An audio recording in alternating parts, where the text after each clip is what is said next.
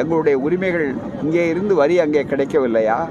ஆகவே இதையெல்லாம் பார்க்கிற போது நிச்சயமாக நீர் உரிமையாக இருந்தாலும், நிதி பங்கீடு உரிமையாக இருந்தாலும், அதை பற்றி நம்முடைய உரிமைகள் சலுகைகள் அல்ல, பிச்சைகள் அல்ல, உரிமைகளை நிலைநாட்டக்கூடிய வகையில் ஒரு நிரந்தர தீர்வை உருவாக்க வேண்டும் என்பதை நம்முடைய முதல்வர் அவர்கள் அனைத்து கட்சிகளுடைய முடிவுகளுக்கு ஏற்ப தமிழ்நாட்டில் ஒரு பெரிய அளவிற்கு விழிப்புணர்ச்சி உண்டாக்கி, அது போராட்ட களமாக இருந்தாலும் அல்லது செயல் திட்டமாக இருந்தாலும் அதை உருவாக்க வேண்டும் என்பதை அன்போடு தமிழக முதல்வர் அவர்களுக்கு நான் இது வைத்துக் கொண்டிருக்கிறேன்.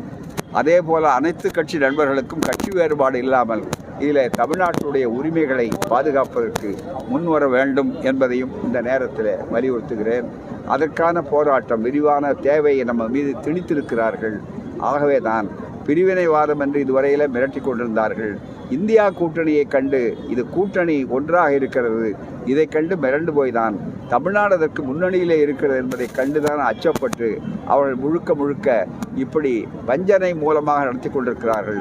எனவே வஞ்சிக்கப்படுகிற தமிழ்நாட்டுக்கு வாழ்வளிக்க நம்முடைய உரிமை போர் முழக்கம் வரவேண்டிய நேரத்தில் தாராளமாக வரும். எந்த வடிவில் முடிவு செய்வோம் என்பதை நிச்சயமாக அனைத்து கட்சிகளும் ஒருங்கிணைந்து முடிவெடுப்போம். தமிழ்நாடு முழுக்க அந்த இயக்கம் விரைவில் தொடங்கப்பட வேண்டும், தொடங்கும். நன்றி, வணக்கம்.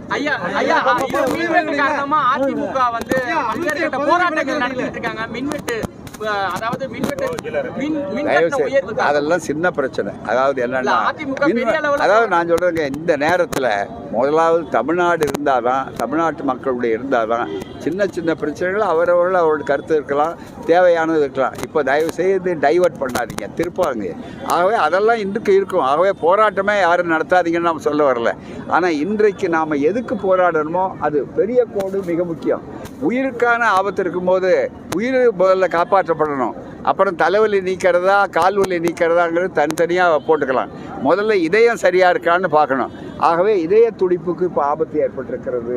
ஆகவே அந்த இதய சிகிச்சை என்பது அவசரமாக ஒத்தி போடக்கூடியதல்ல, அவசர சிகிச்சை.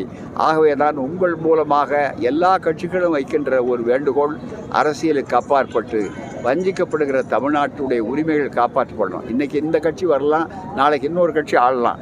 ஆனால் உரிமை என்பது நிரந்தரமானது, உரிமை என்பது உறவை தாண்டியது. ஆகவே தான் அதற்கு முன்னணியாக செய்ய வேண்டிய பொறுப்பு உண்டு. எனவே அதுதான் இப்போது இனிமேல் இன்றைய தினத்திலிருந்து நம்முடைய கவனத்துக்கு கொண்டு தீர்வை உடனடியாக பார்க்க வேண்டும். நீர் பங்கீடு, நிதி பங்கீடு, மாநில உரிமை எல்லாமே அதில் அடங்கும்.